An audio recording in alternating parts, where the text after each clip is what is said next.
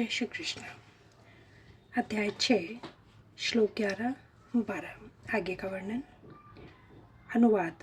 योगाभ्यास के लिए योगी एकांत स्थान में जाकर भूमि पर कुशा बिछा दे और फिर उसे मृगछाला से ढके तथा ऊपर से मुलायम वस्त्र बिछा दे।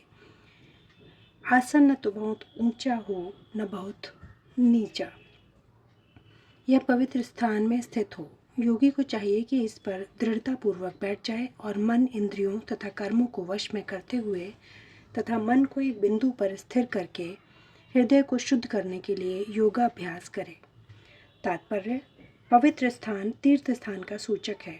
भारत में योगी तथा भक्त अपना घर त्याग कर प्रयाग, मथुरा, वृंदावन, ऋषिकेश तथा हरिद्वार जैसे पवित्र स्थानों में वास करते हैं और एकांत स्थान में योगाभ्यास करते हैं, जहाँ यमुना तथा गंगा जैसी नदियाँ प्रवाहित होती हैं।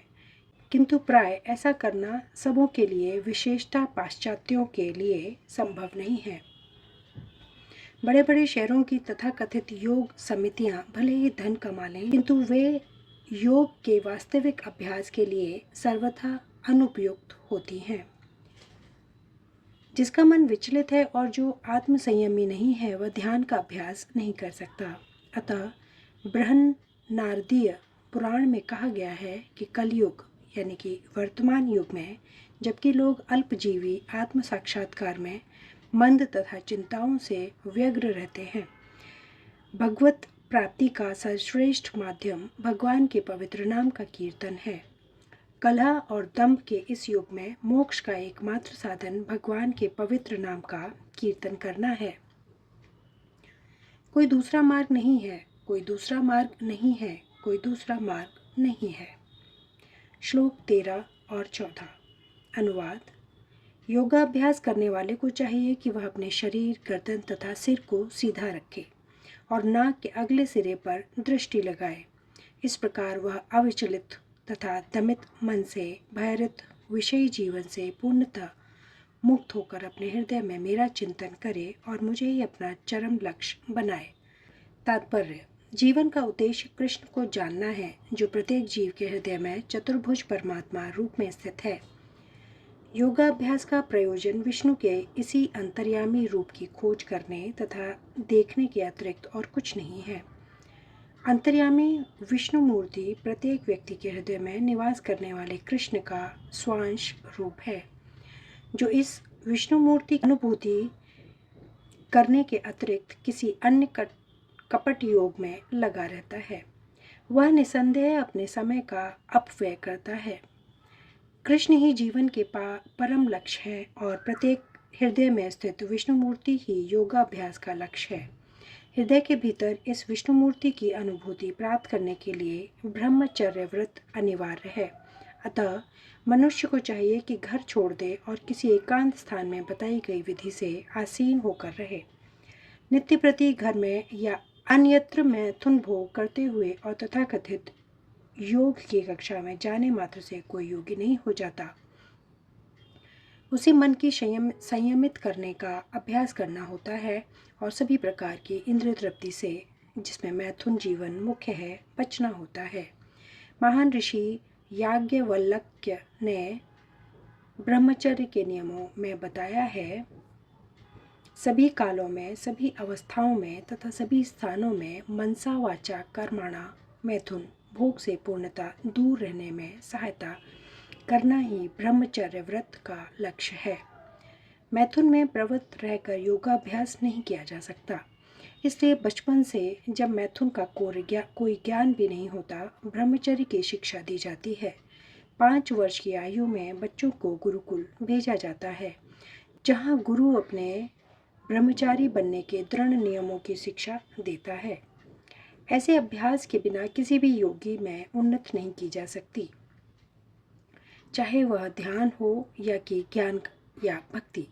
किंतु जो व्यक्ति विवाहित जीवन के विधि विधानों का पालन करता है और अपनी ही पत्नी से मैथुन संबंध रखता है, वह भी ब्रह्मचारी कहलाता है।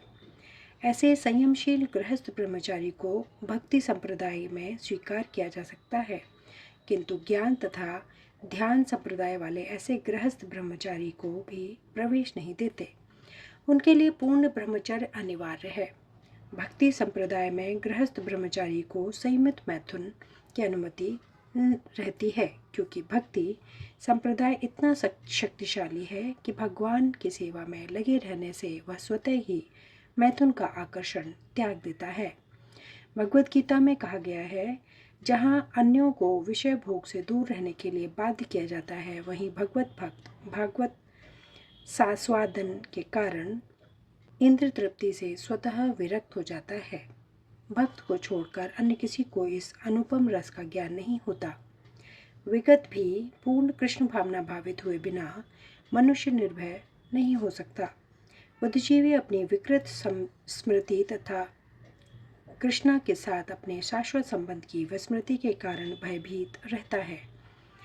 भागवत का कथन है, कृष्ण भावना भावित व्यक्ति ही योग का पूर्ण अभ्यास कर सकता है, और चूंकि योगाभ्यास का चरम लक्ष्य अंतकरण में भगवान का दर्शन पाना है, अतः कृष्ण भावना भावित व्यक्ति पहले ही समस्त योगियों में श्रेष्ठ होता है।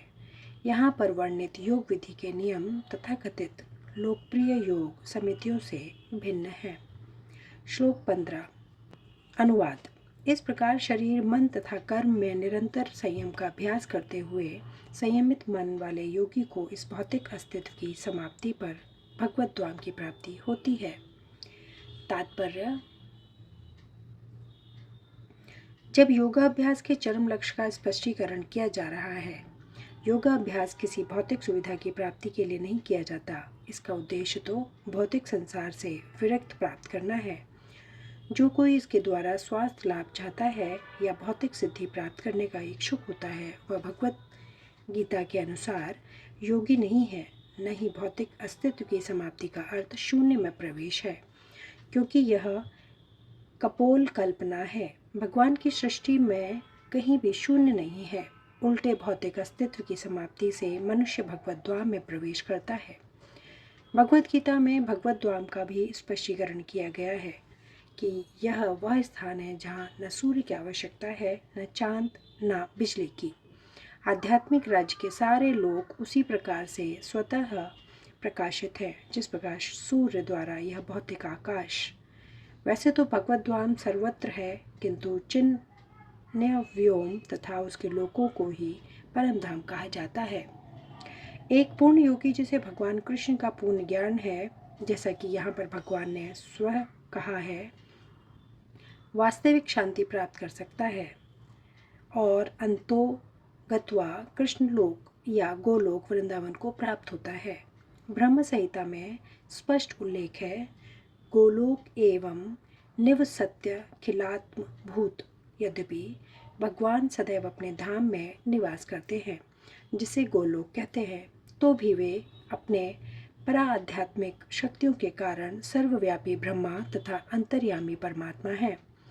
कोई भी कृष्ण तथा विष्णु के उनके पूर्ण विस्तार को सही सही जाने बिना बैकुंठ में या भगवान के नित्य धाम गोलोक वृंदावन में प्रवेश नहीं कर सकता। अतः कृष्ण भावना भावित व्यक्ति ही पूर्ण योगी है, क्योंकि उसका मन सदैव कृष्ण के कार्यकलापों में तल्लीन रहता है। वेदों में भी हम पाते हैं, तमेव विदित्वाति मृत्युमेति। केवल भगवान कृष्ण को जानने पर जन्म तथा मृत्यु के पथ को जीता जा सकता है। दूसरे शब्दों में, योग की पूर्णता संसार से मुक्ति प्राप्त करने में है, इंद्रजाल अथवा व्यायाम के कर्तव्यों द्वारा अबोध जनता को मूर्ख बनाने में नहीं। श्लोक 16 से आगे का वर्णन अगले वीडियो में। धन्यवाद। जय श्री कृष्ण।